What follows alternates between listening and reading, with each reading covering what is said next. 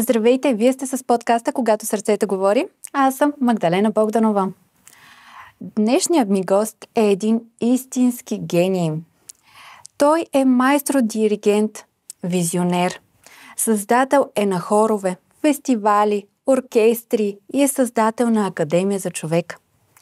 Отскоро е и поел ръководството на първата детска градина и училище доктор Мария Монтесьори в Горна Баня. За мен е изключително удоволствие, че днес на гости ни е майстро Йордан Камджал. Здравейте и благодаря много, че приехте нашата покана. Благодаря ви. Много благодаря. Тук искам само да кажа, че в момента майсторото е малко болен, за което много благодаря, че въпреки във вашето състояние, вие уважавате нашия подкаст и сте тук с нас, за да придадем възможно най-голяма стойност на хората. И ако хората, ви чуват по-тихичко, да знаят откъде идвам, но много ви благодаря, че въпреки всичко сте тук при нас днес. И аз благодаря.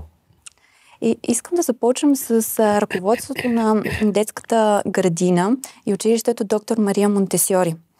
И тя е свързана с децата. И първият ми въпрос към вас е: какво са децата за вас? Това училище е един опит за една поредна асистенция към нашето общество.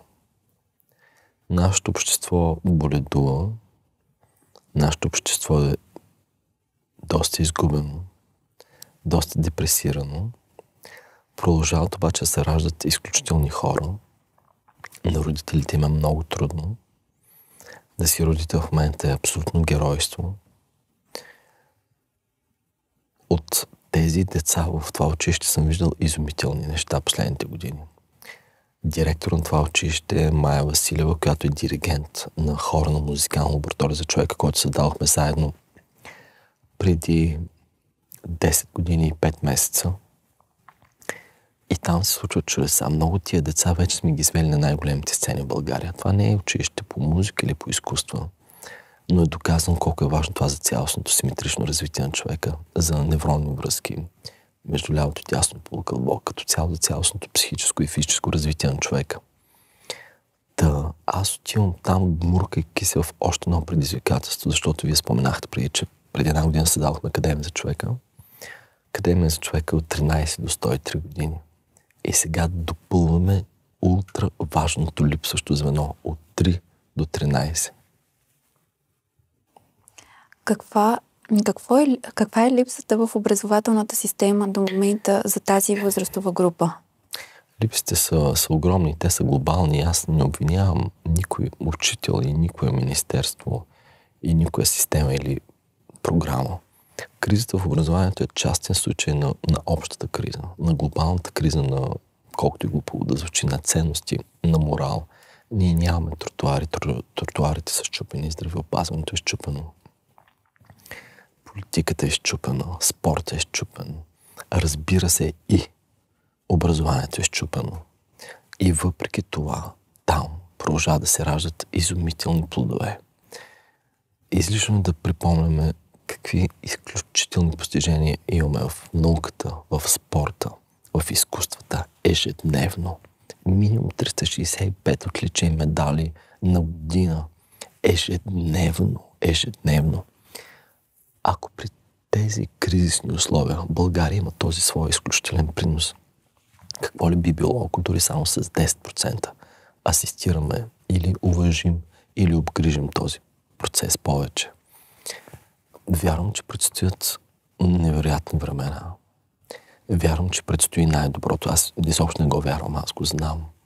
Предстои най-доброто и ние акушерстваме, доколкото можем, един сложен период за хората, чрез единствените ултраустойчиви, доказани през хилядолетията лостове. И това са инструментите на културата и на просветата. Там сме ние, там съм аз, там е мой екип и нищо друго не ни интересува.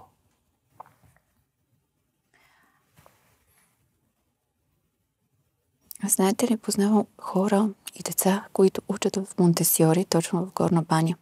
тези деца, които учеха преди това в някоя друга детска градина и след това буквално видях голяма промяна в тях за 1-2 месеца. Това не бяха същите деца. И това го казвам нали, към доброто. Просто те бяха едни самостоятелни деца, едни помагащи деца на родителите, деца, които все едно много по-бързо се развиваха. И това идваше от тях самите. Не от някой външен стимул, а отвътре. Благодаря, че казвате това. Не знаех, че имате такива наблюдения. Но това, което съм чул директор е, може би, наистина диригент, директор на училище в България, че там често идват смачкани от системата деца. Там деца, които казват, че нямат талант. Едно такова детенце постъпи там при няколко месеца и то сега наскоро излезе като солист на сцената. Даже паралелно с това получи една математическа награда. Едно дете, което беше отписано. Едно дете, което системата не го броеше за нищо. Това не е изостанало дете. Това е дете, към което не е намерено подхода. Това е изключително. Ние не вярваме, че има неталантливи човешки същества.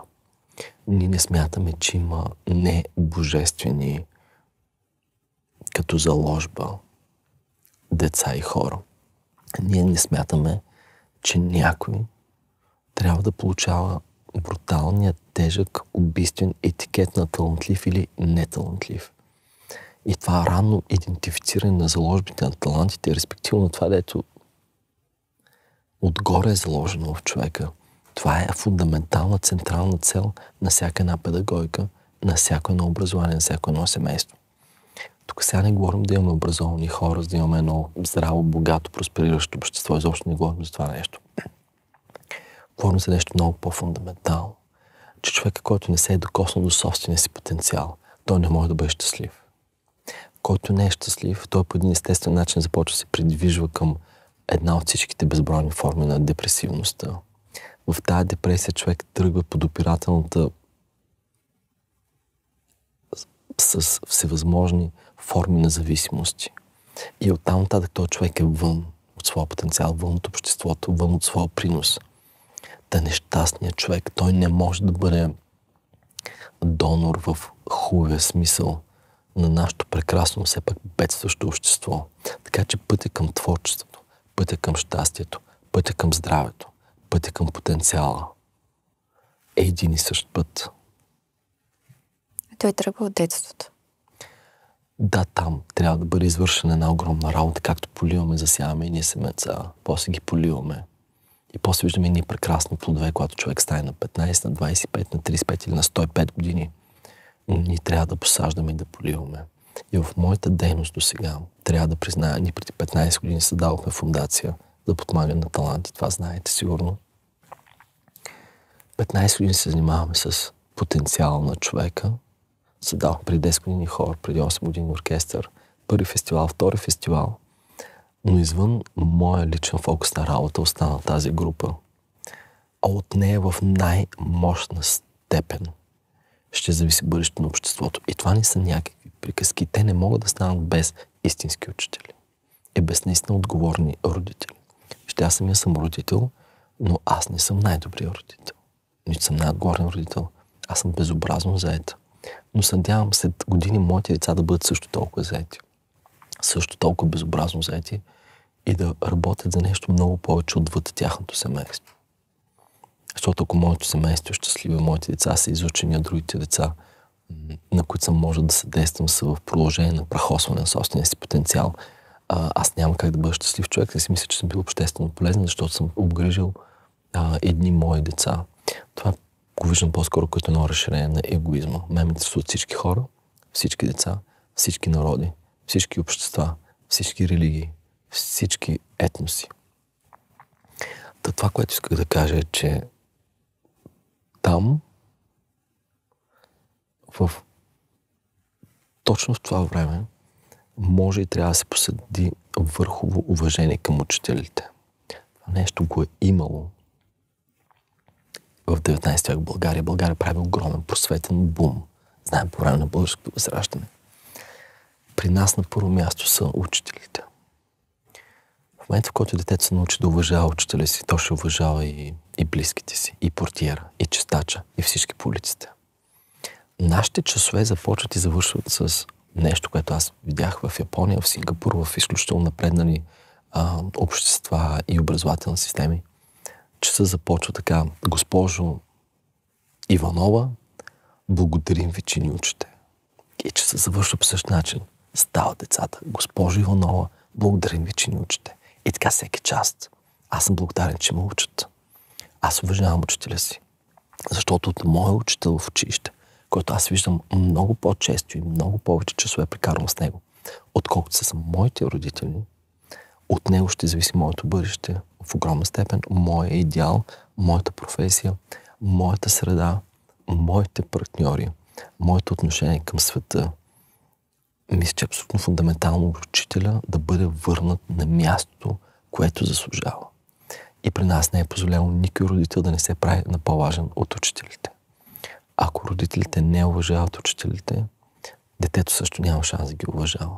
Ако той не ги уважава достатъчно, даже екстремно, той няма да може да реализира своя потенциал, съмнявайки се в своя учител, без значение дали това е по физическо, по биология, по математика, по химия, по рисуване, по пиано, по география. Това няма значение. Така че уважението към човешкото същество е нещо фундаментално за здравината и бъдещето, на което е било общество. Това уважение всъщност не идва ли като възпитание от родителите? Родителите са в много тежко състояние. Аз не ги съдя. В момента си родител е ужасно, ужасяващо, но е велико. Това е върхов акт на много неща. И да, разбира се, но как да ги съдим родителите, които са на ръба? Те са подложени също на огромни удари, както и нашите деца. Но, както казвам често, липсва една глобална парадигма, световна, за защита на човека. Там влиза и защита на родителя. Защитата на детето. Няма такова нещо. Нашите деца са изправени пред непосилни за тяхната крехка възраст избори. Пред непосилни решения.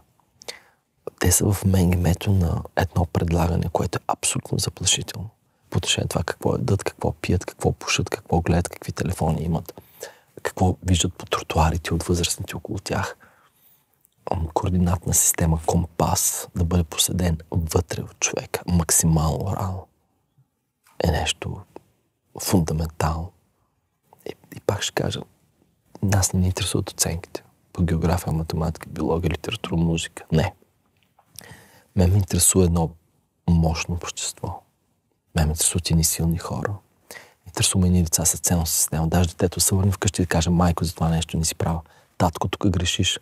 Тук президента не е прав. То министър не е прав. Възрастните цапат. Но ние не им се караме. Организираме група и отиваме да почистим около блока. Ще почистиме около училището. Ще почистваме в парка. Имаме една новина от днеска, че един наш ученик спечели първа награда на националния конкурс по литература за стихотворение. Това е дете без амбиции. Тоест не е тласкано, блъскано в тая посока да става шампион. Без връзки. Просто невинно си подава есето и стихотворението и печели първа награда. Да постигаш върхови постижения без да бъдеш натискан, без натиска, без болната амбиция на родители и учители, която ежедневно съсипва много деца. Ние в изкуството това го виждаме всеки ден. Колегите, които занимават с спорт в екстремен олимпийски смисъл, също. Така да се каже, фиерата там е колосална. Когато се гонят върхови постижения в математика, физика, информатика, е същото. Аз се възхищавам на тези постижения, но трябва детето да знае защо се бори. Защо иска да постига неща. Защо му е този медал. За какво му е това злато. Бих искал да научим нашите деца да искат да стават големи, да искат да стават мощни, за да може да имат ресурса да бъдат по-полезни. От реализацията на моят потенциал зависи дали ще мога да бъда полезен само на себе си, дали ще мога да бъда полезен на още двама, дали ще мога да бъда полезен на още 20 човека, дали ще мога да бъда полезен на още 2000 човека, или дали ще мога да бъда полезен на целия народ. Или на микроскопично ниво на цялото човечество. Тези гигапотенциали са заложени вътре в човека, те ме интересуват, а не оценките и кой колко ще бъде над другите. Искам този, който излезе над другите, да стане техен първи служител.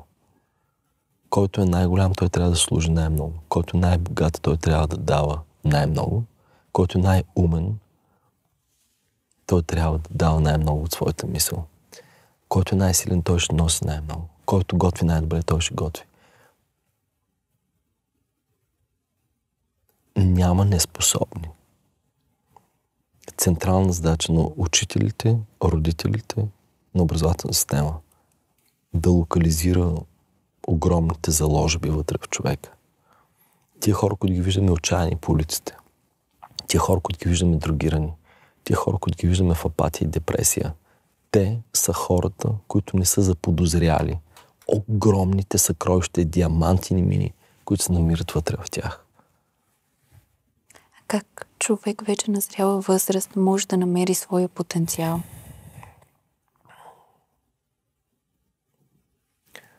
Знам, че се търси отговор на този въпрос.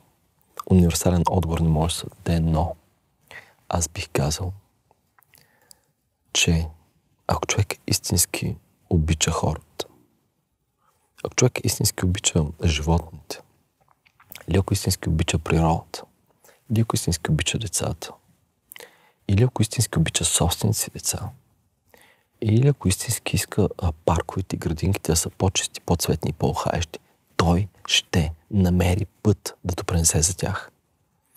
И ако някой не прави нещо, значи той не обича достатъчно. Значи той не е мотивиран достатъчно. Така че всеки да намери вътрешната си мотивация. Всички искаме да бъдем обичани. Всички искаме да бъдем харесвани. Всички искаме да бъдем приемани. Но нека да направим нещо. Ако един нещастен човек, който никой не го обича, чисти продължение на няколко месеца Борисовата градина, той стане един от най-популярните хора в София. Нека да го пробва някой, нека да вземем това упражнение. Ако една баба е отчаяна и си чака децата, които са избягали в Америка, в Австралия или в Канада, и тая баба почне да чисти около блоковото пространство всеки ден, тя ще е най-популярната баба в квартал. Аз съм абсолютно сигурен, нека да го пита това нещо. Нека сложда хубавите рози. Нека всеки чрез доброто, чрез градивното да получи оная дълбоко жадуване, няма какво да се заблуждаваме, любов, признание и утвърждаване от съседи, приятели, общество, за която всеки жадува, но тя може да бъде постигната по естествен начин. Няма нужда в това нещо да се инволвира Холивуд, CNN, BBC и така нататък. Всеки кротко в своето пространство да намери път към своята обществена полезност. А как да се свържем с тази вътрешна мотивация? Човек трябва да обича поне едно нещо. Човек, ако обича една котка, ще излиза да я храни пред блока. Човек, който не обича, не може нищо да направи. Който обича кучетата, отива и храни кучетата. Има едни хора обичат гълъбите, отиват да хранят гълъбите. И други обичат децата, пазаруват, спестят, дават ориз на еди коя си детска градина. Вижте, който ни обича, ние не може да му помогнем с приказки. Но пътя към обичта, колкото да е парадоксално, но е всеизвестно, и към тези супер приносни неща, е свързано и с страданието. Свързано е с идеята за саможертвата в полза на нещо по-голямо от него самия. Сега дали тук гледаме Исус Христос или Гаутама, Буда, няма значение. Това са хора, същности минали през едни огромни изпитания, през едни огромни страдания. Ние не можем да тръгнем към титаничното, без сме се доприяли до страданието. Това е изключително важен трамплин. Това е изключително важно гориво, защото не може да имаме най-върховния двигател. Без гориво просто колата или самолета ще си остане в гаража и точка по въпроса. Така че горивото може да бъде страданието. И няма нищо лошо да страдаме. Страданието е нещо великолепно. Ние всички познаваме хора на 50, 60, 80 години, които ударно са променили живота си, защото са влезли в супер страдание, смъртоносни болести и диагнози. Аз познавам такъв емблематичен човек, който на 53 му казаха, че умира. И той каза, няма да умирам, променям живота си. Обаче радикално го променям. С малка промяна няма. Просто пъти към болницата и към диагнозите и към гробищата са отворени за всеки човек по всяко едно време. Но в наши ръце е доколко искаме да променяме живота си. И някой път идва най-лошото, за да ни отвори нов път, нова епоха, нова перспектива. Така че за тези, които ни обичат или не са намерили вътрешната си мотивация да живеят, те просто трябва да се разходят в някоя болница. А го чух наскоро, ти е популярен човек. Той каза, отиваш в военно-медицинска болница, стоиш там 2 часа, виждаш за какво става въпрос и забравяш за твоите глупости. Забравяш за това, че си зле, забравяш за това, че ти е трудно, защото ние сме в едно особено несериозно, почти разлигавано състояние, където се оплакваме постоянно. Ако Левски се беше оплакал, нямаше да стане нищо. Ако Ботев се беше оплакал, нямаше да стане нищо. И ако Моцарт просто се беше оплакал вместо да твори, или Вивалди, или който да било от големите, или Шостакович, той нямаше да направи нищо. Така че всеки да тръгва и ако страда, да благодари отново на Господа, че има това гориво. Защото самодоволните, имащи всичко хора, аз не съм видял те да са направили нещо епохално, нещо значително, нещо супер красиво. Така че който страда, е в великолепната позиция да бъде усилена евентуално неговата обич към другите и да се размърда. Просто хората трябва да се размърдат. Истината, че хората си висят пред магазините, висят си пред телевизорите, висят си пред телефоните. Ние висим постоянно пред нещо. И ние с това ставаме предатели на нашия потенциал. И ставаме предатели на нашия ресурс. Ние ставаме предатели на божественото в себе си, както вече го казах с други думи. Но и после искаме да сме щастливи. После искаме хората да ни харесват. Искаме хората да ни признават. Искаме да сме значими за някой. Как ще бъдем значими, ако нищо не сме дали? Това е абсолютно невъзможно. Това е закон, който е не по-малко мощен и неизменен от гравитационния закон. Тук може ли да кажем, че вярата в Бог е един голям фундамент за човека, за потенциала, за смисъла, за любовта? Да, сигурно е така. Аз никога не съм мисля за вярата в Бог.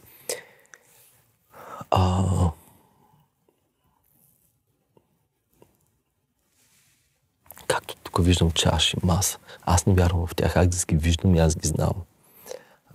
Бог е една съвършена реалност, както ние дишаме в момента. Ние го виждаме въздуха, дишаме го, усещаме го, живеем благодарение на него. Аз мисля, че ако трябва да се доказва Бог, значи вече има някакъв проблем. Ако трябва да се доказва, че сутрин добре да ставаме и да вършим нещо, значи има някакъв проблем. Ако трябва да обясняваме на някой, че е важно поне веднъж в месеца да пие вода, значи тук имаме някакъв сериозен проблем. Те са част от диагнозите на нашето общество. Аз никога не съм се занимавал с вярата в Господа. Това изглежда много странно. Аз бях на 13-14 години, когато получих пълно убеждение за тази реалност. Много е глупо някой дете да каже, покажете ми въздуха, за да повярвам. Дишаш и това е. Работиш, действаш, мечтаеш, твориш. Виждаш, че божественото е просто както никой не вижда кръвта си, нали? Освен ако не се нарани. Но това е вътре, ни живеем благодарение на тази кръв. Изобщо за мен е толкова глупаво да доказвам Господа. Искам да кажа, че за мен е глупаво даже да говоря за Бог.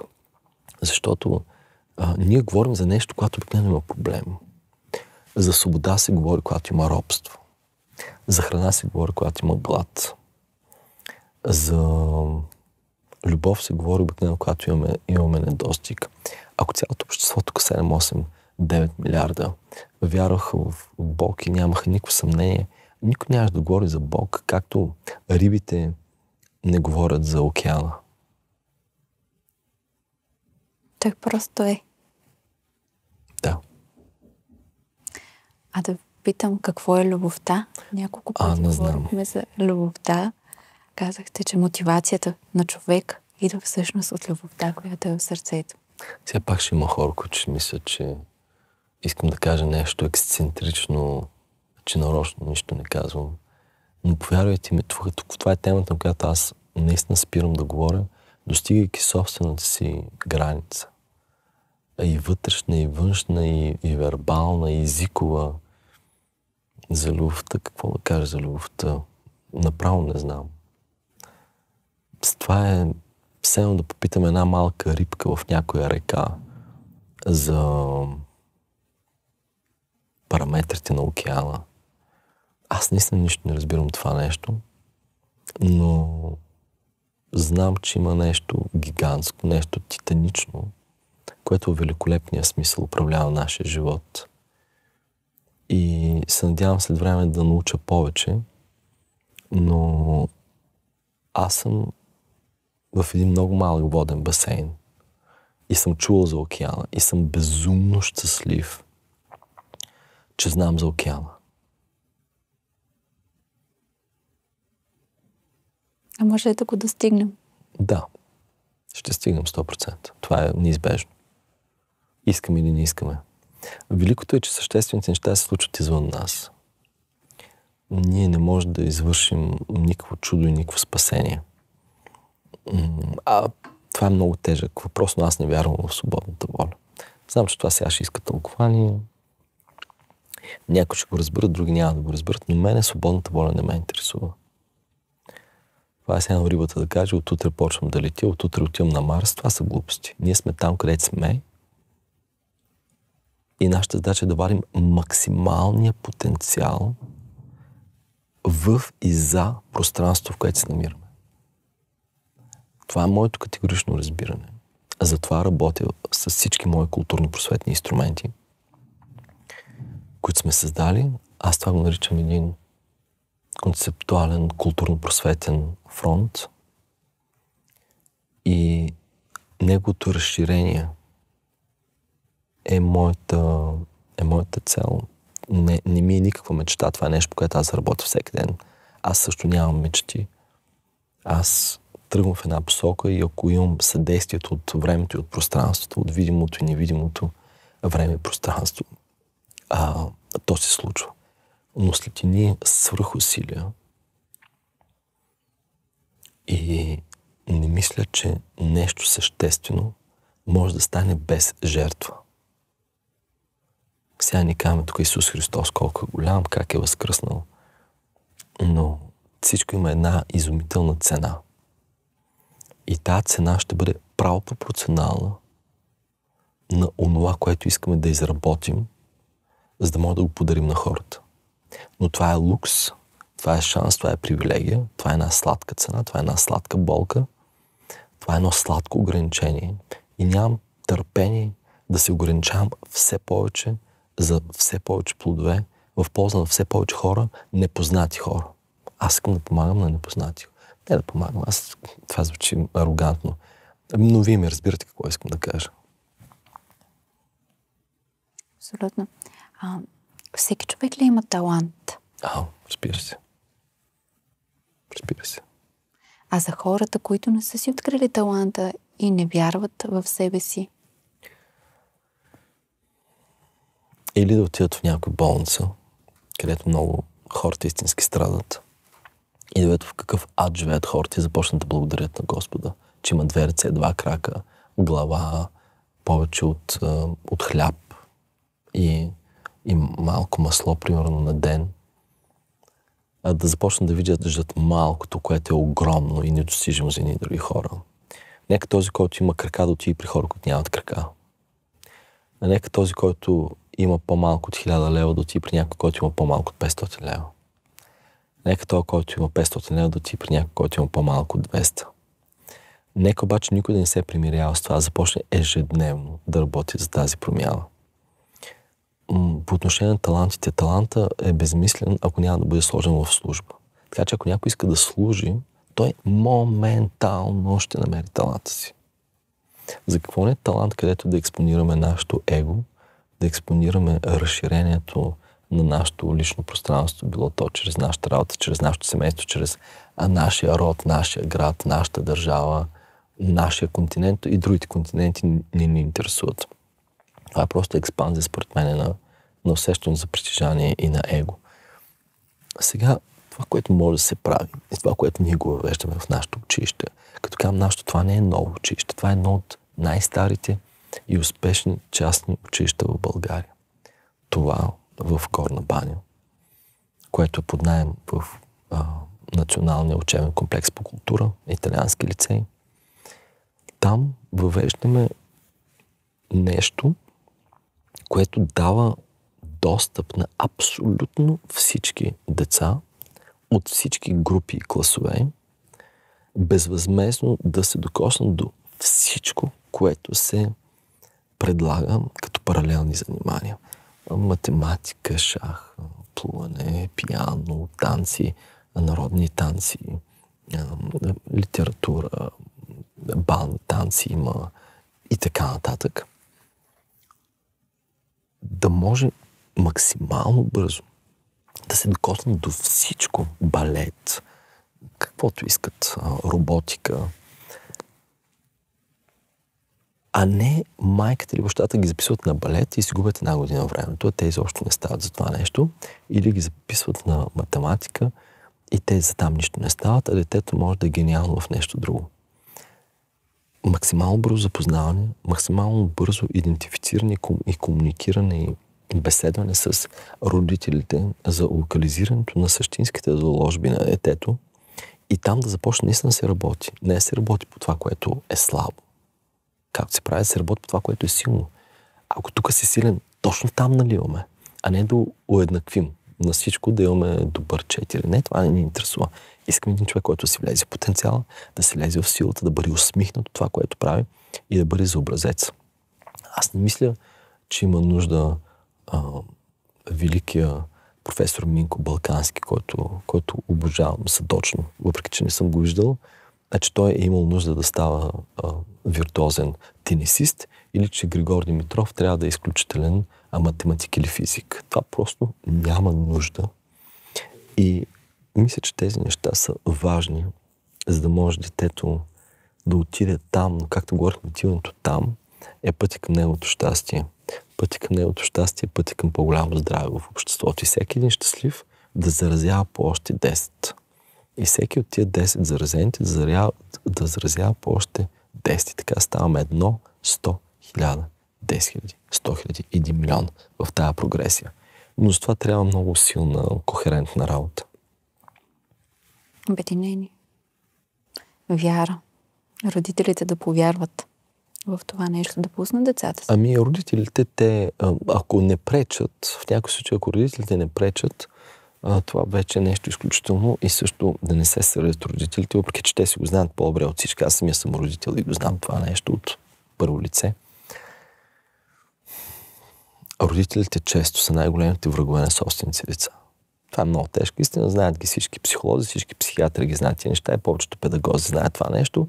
Затова не се говори, но белата, която може да направи един родител, никой друг не може да направи. И помощта и съдействието, което може да направи един родител, също никой друг не може да го направи. Така че родителите трябва да пощадят децата си. Също искам да им кажа сега. Искам родителите да спрат да гледат глупости с децата си. Искам родителите да ги помолят да спрат да купуват глупости на децата си. Искам родителите да спрат да зариват децата си с пластмаса и с предмети, които само след време съвсем скоро ще видят, че не им носят щастие. Искам да спрат да им дават да ядат глупости. Искам да спрат да им дават да пият глупости.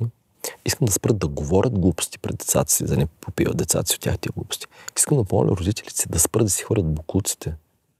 Аз съм се карал от дете с възрастни хора, които си хвърлят боклуците. Това просто е скандално.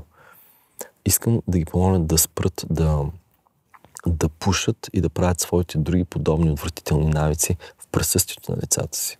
Да си пушат колкото искат, да отидат на Марс, на Луната или на тавана на блок. Искам да помоля родителите да се държат добре с техните околни, с техните подчинения, ако имат такива, ако имат съпруг или съпруга, да се държат добре към тях, за да не се вижда онова деструктивното от тези малките, които сега подрастват. Така че родителите имат толкова много неща, които трябва да направят. Аз съм пробвал по себе си, аз съм правил опит със себе си, експеримент. Ако аз почна да гледам едни конкретни неща в публичното пространство, по официалните медии, продължение 10 дена, аз моментално виждам, че това е удар върху имунитета на човека. И психически, и физически. Това са такива глупости, с които ние заливаме и големите и малките. И това е извън оная концепция, която споменах в началото. Концепция, глобална концепция за защита на човека. Човекът трябва да вижда най-красивите образи. Трябва да яде най-хубавата храна, трябва да пие най-хубавата вода. Трябва да вижда най-доброто поведение. Трябва да е в досък с най-добрите книги. Трябва в досък с най-хубавите филми. Трябва в досък с най-хубавите предавания. Трябва в досък с най-хубавите дрехи. Не може на нашите деца с късените им мисли, с късените им чувства и в особената безпътица, в която се чувстват почти всички хора и деца на планетата, да им се дават тия скъсени дрехи. И да кажат, ти си окей да си с късени дрехи. Ти си окей да си с скъсени мисли, чувства. Точно такива са нашите деца. Знам ги много добре. Аз имам 7, с които общувам постоянно. Чрез моята фундация с стотици деца съм общувал последните 15 години. Сега, чрез училището, ще общувам близките години сигурно с хиляди деца. И аз от кухнята, не само аз, всички ние виждаме какво става. И ние сме едни пасивни участници в ударите върху подрастващите. Това е голата истина. Вижте, аз не съм никакъв педагог, нито съм родител, не искам да заблуждавам хората. Аз съм един човек, който от дете води много особен начин на живот, просто защото работи денонощно. Повечето колеги, спортисти, музиканти, учени, които са по цял ден в своите лаборатории, ще ме разберат, защото аз съм в моята творческа лаборатория също от сутрин до вечер. Аз не познавам друг живот. Но често казвам, предпочитам децата ми да гледат това нещо и да се заразяват от него. И искам децата да му питат веднъж годината, тати, как го правиш. Вчера едното моето дете, което е втори клас, ме попита, тате, как го правиш това нещо. И аз обърнах и казах. Аз просто благодарих на детето, че ме попита за това нещо. Нека да му пита пак след една година, нека му пита пак след 5 години. Нека си задава въпрос как баща му го прави това нещо. А не да ме занимава с глупости. И да занимаваме себе си с глупости. Аз моите деца не ги занимавам с глупости. Но е ужасно важно да казваме на децата, че са големи. Ужасно важно е да им казваме, че са прекрасни. Ужасно важно е да им казваме, че са всичко най-добро, което може да съществува. Ужасно важно е да ги караме, обаче да се упражняват много и то бих казал до 12 годишна възраст е много важно. До 12 години детето трябва да се тласка към много неща. Да се избере, да се влюби в една област, дали наука, изкуство, спорт, няма никакво значение и да остане в тая област, в която да даде плодове. Това трябва да стане дърво, което да дава плодове. Дали са череши, праскови, смокини, няма никакво значение. Но е грехота да излиза човешко същество без плодове. От семейството си, от училището и така нататък. И целта на тия плодове е не да ги продава после, а да ги раздава. И да каже, хора, елате да берете от моите плодове. Защото като излезе един голям певец на сцената или като излезе един голям учен, ние берем от неговите плодове. Този, който е измислил светлината, по-миналия век, ние в момента, под измисъл светлината ме разбирате какво има предвид, ние в момента берем плодовете на едно откритие от по-миналия век. Така че нека всеки да направи нещо, което да бъде полезно на хората. На какво са ви научили вашите деца? Какви уроци? На какво? Те са много, следователно са ми предали много уроци, но всяко дете със своите важни, тежки, фундаментални уроци. Някои потвърждават моите най-големи слабости, примерно как съм нетърпелив, как безброй неща не ги мога. Нали? Аз мога едни неща, но безброй други не ги мога и това е абсолютен факт. Но едно от децата е абсолютен дипломат, абсолютен миротворец. Аз не съм виждал такова нещо. Аз не съм го учил това нещо, нито майка му. Ти не може на детето да го учиш на такова нещо от малко, от супер малко, от 1, 2, 3 годишно. Той е един миротворец, вече ходи в училище, който е лидер, изумителен, който постоянно се бори всички да са доволни и лидера да обезпечава справедливост. Аз не съм... Никой не го научил това нещо. От всички деца само едно го може това нещо. Лидер, който да обезпечава справедливост. Лидер, който никой да не е щастлив, че е победил другите и че ги мачка на всичките игри. Лидер, който от първи клас, където всички деца искат да печелят и да побеждават на всичките възможни състезания, на двора и на каквото и да било. Дете, което нарочно спира и забавя, за да го изпревари друго дете, за да може това дете да се усмихне после. Това е изумително. А това е доста далечно от нормалното дете. И аз се възхищавам, че това дете го прави само, без ние да сме го учили на това нещо. Много ми харесва. Аз така се пожелавам да бъдат световните лидери. Така се пожелавам да бъдат всички работители на фирми, компании, правителства, на оркестри, на театри. Всички ръководители да бъдат лидери от този тип. Под лидер, едно меко лидерство, в чиято среда всички са зачетени. Всички са уважени. Всеки има своя повод да победи. Вие ме разбирате. Често ние родителите се правим, че губим на шах, за да е доволно детето. Но дете се прави, че губи от друго дете, от неговия клас. И това да е редовно и да е всеки ден. И вътрешно да гледа отстрани, да казва, как зарадвах това дете. Аз му подарих победа. Ама то не го казва, не го демонстрира. Ние възрастните го осъзнаваме това нещо. Това е изумително качество, така че мога да дам много дълъг набор от уроци, които съм получил от децата, но нека да кажа само този, защото е тотално впечатляващ, наблюдавам го постоянно и се чуя как ще се развива във времето, да но се запази това нещо и когато детето стане на 20, 30, 50, 100 години. Но аз видях образец на много силен характер, много силна психика, на което неговото щастие е изключено извън щастието на останалите. Всъщност, това, където приказвам тук целият час, е в есенция това нещо. Даже не си бях дал сметка, че това се случва. Аз го говоря на големи хора това нещо. Аз на децата не съм го говорил, но го видях въплатено. И съм щастлив. Истинска благословия. Да. Благословия се и децата. Знаете ли, аз също работя с деца и имам много примери в моя живот. Не съм все още родител, но много вярвам в това, че всъщност децата са нашите учители.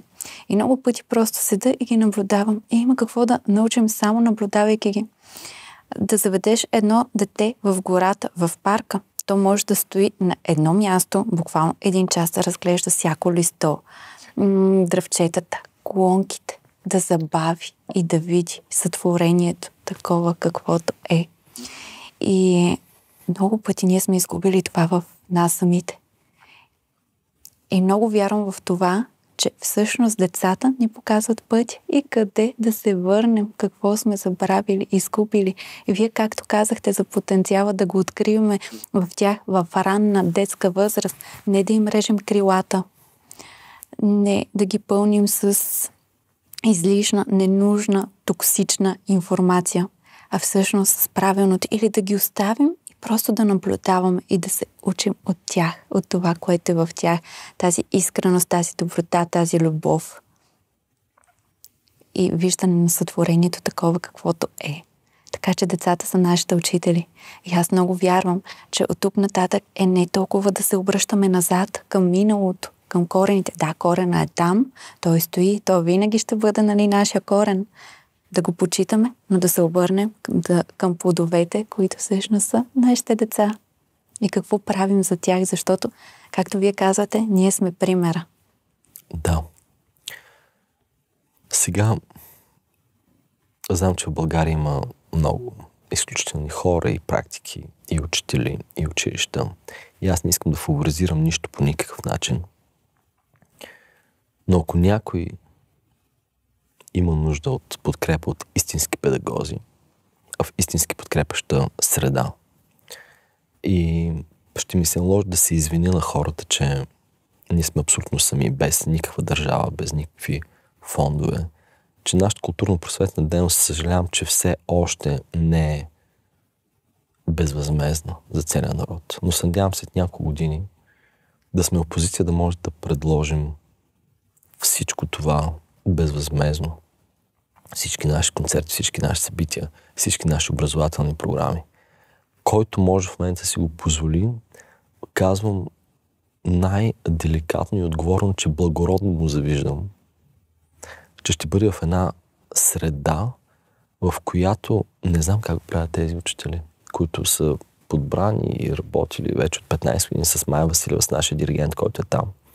Но това е една среда, в която се рецитира, среда, в която се пее. Децата доброволно искат да се проявят, много играят. Има голям двор. А както известно, това е изследване на БАН, че горе-горе на БАН е може би най-чистия въздух край столицата.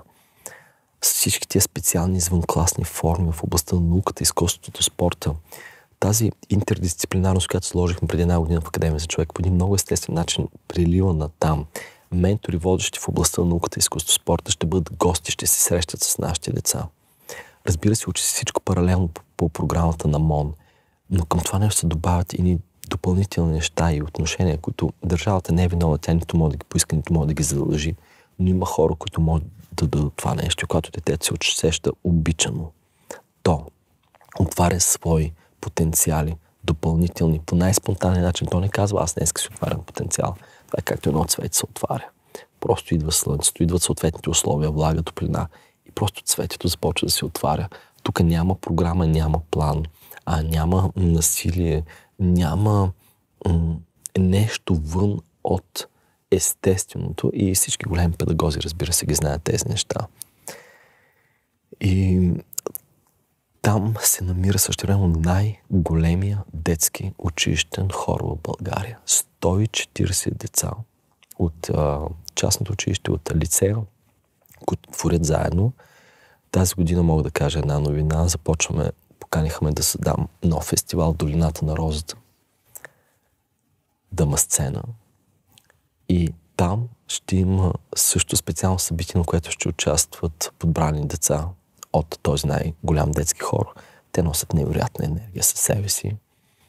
И сега на 15 март, няколко дни след нашето предаване в зала България, събота 15 март също ще излязат част от тези деца и ще изпеят една ранна творба на Моцарт. Знаем, че Реквиема е неговата последна творба. Каня всички на 15 март. Неговата последна творба, Моцарт, 35 годишния необясним феноменален гений, умира, работейки върху тази творба. И ние ще покажем неговата първа. Първото и последното творческо дете на гения. Ще звучат заедно. Много се вълнувам от това, че можем от много ранна възраст да им показваме голямото изкуство по един нормален начин, по един естествен начин, това да им помага на другите дейности. Както казах в литература, в математика, в спорт, да направим тази прегръдка, която е била известна в просветната дейност още в антична Гърция. Много ми е важно да подчертая, че ние не измисляме абсолютно нищо ново. Някой ще каже, тук сега към Джалов, в някакви екипи измислят нови неща. Не. Абсолютно нищо ново не сме измислили. В истинската педагогика, в истинската просвета, всички неща са съвършено известни от векове, от хилядолетия. Но ние сме ги потиснали.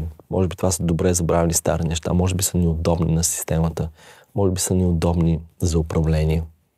Но те са известни. И ние отиваме към дълбоки фундаменти, които ще им бъдат вдъхнат един допълнителен живот.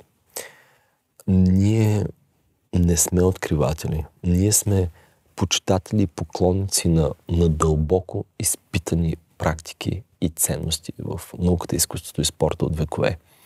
И те по един много естествен начин, чрез педагозите, могат да бъдат потиквани и посявани дълбоко в децата. В това училище домашни не се пишат в училище, нито през уикенда. Всичко се подготвя там. Децата да могат да играят. Децата да могат да си почиват.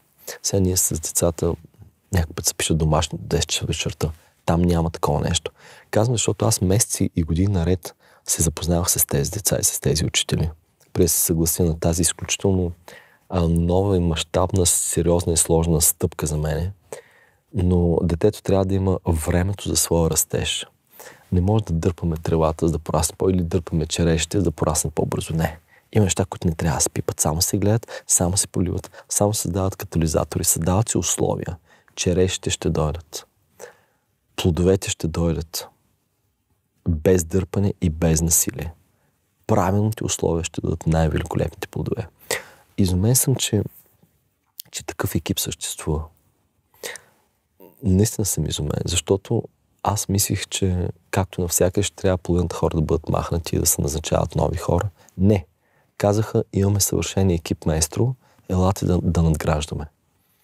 Така че този нов приятен кошмар, който си го причинявам, казвам кошмар, вашите зрители ще ме разберат, наред с всичките други безброй дейности, си го причинявам, защото знам, че след 10 години ще се обърнем назад. И ще кажа, благодаря ти, Господи, че скочих и в тази река. След 20 години ще се обърна назад и ще си кажа, ако не бях скочил в тази река, ще съм извършил аз предателство към моя потенциал и към обществения потенциал. Така че аз учейки хората да не бъдат предатели на собствения си потенциал, влизайки в едно удобство или си казвам, добре, аз съм диригент, какво общо имам аз с образованието, щях да пропусна нещо, чието плодове, вярвам, ще бъдат за цял народ. Много ви благодаря. И последен въпрос. Какво говори сърцето на господин Йордан Камджалов? Ах, сърцето.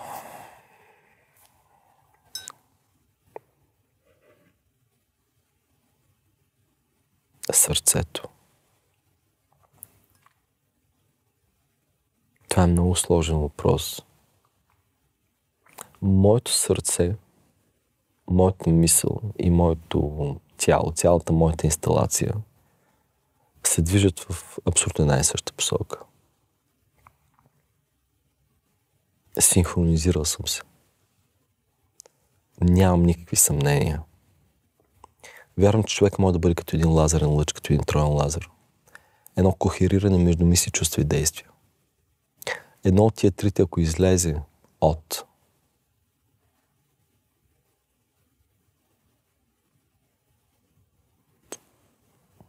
цялото това тройно явление, няма да имаме онова КПД.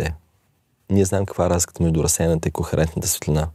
Мисля, че кохерирането на обществото, кохерирането на личността е нещо много важно. Мисля, че е свързано с любовта. Мисля, че е свързано с разбирането за по-голямата реалност. Моето сърце мечтае да работи и да твори и да дава. Моят ум прави същото. Моето тяло от сутрин до вечер прави същото. Обожавам сърцето си. Благодаря на Господа, че имам това сърце. Благодаря на Господа, че имам този ум всеки ден. Благодаря, че имам тази инсталация всеки ден. Без тази инсталация аз нищо не мога да направя. Ако започна нещо да си мисля глупости, да се възгордявам или да си мисля, че нещо е даденост, просто трябва да се разходя в някое много тежко отделение или да отида в някъде някакви гробища и да видя, че най-големите Шилер, Бетовен, Кант, всички са там някъде. Ние сме много за малко на тази земя и може да опитаме да свършим колкото се може повече прекрасни неща. Така че моето сърце е в мисията да работи и да твори в обществена полза. Нищо друго не съм забелязал да го вълнува моето сърце. Но също важи и за моя ум. Не ги следя, не ги направлявам, но ги наблюдавам и им се радвам, че не се отклоняват. И това се случва от няколко десетилетия. Аз ви казах от кога. Даже за мен не съществуват други теми. Това е много скучно. Един такъв човек наистина много скучен и наистина не е най-така удобното за всички близки. Но аз съм на шипка. И когато човек е оплаченец на шипка, той не може да си мисли за някакви неща, да каже, тук сега ще отида, малко ще се разходя, сега тук отивам една почивка, ще си полегна малко, младите дружини как прохода бранят, Горските долини трепетно повтарят на Бобрева. Аз съм в тази ситуация. И съм много щастлив, че съм в тази ситуация. И благодаря на небето за това, което правя всеки ден. За това, което мисля всеки ден. За това, което чувствам всеки ден. За това, което правя всеки ден. Благодаря за моето екстремно сърце. Моето сърце е абсолютно екстремно. Следващата октава над чувствата може да отиде в посока на екстатичност и посока на катарзис. Това са ценности в изкуството, които безумно много ме вълнуват. Познаваме виждането на Платон в тази посока, на Рихард Вагнер. Това са хора, които са ми оказали огромно влияние. Така че сърцето има колосални потенциали. Сърцето не може да бъде купено. Сърцето не може да бъде платено. Интересуват ме нещата, които не могат да бъдат купени, които не могат да бъдат платени. Интересуват ме нещата, които не могат да бъдат продадени. Всичко, което не може да бъде купено, не може да бъде продадено, то остава в историята. Всичко извън заплатата остава в историята. Чудесата, които правим съботен ден, чудесата, които правим през нощта. Оплаченците на шипка нямаше да извършат този чутомен подвиг или нашите свръх герои при Одрин или на Сливница, ако те бяха наемници. Не мисля, че наемника може да извърши чудо. това е голата истина. Така че онова сърце, което е извън този модус, е впечатляващо. Много ви благодаря. Благодаря ви за прекрасното събеседване, което имахме с вас и че бяхте гост на нашия подкаст. И тук искам да ви дам един подарък, който имате от нашите спонсори, които са естетичен център Елмита Бюти. Получавате безплатна процедура от тях за вас. Може да го дадете и на вашата съпруга, ако решите. Заповядайте.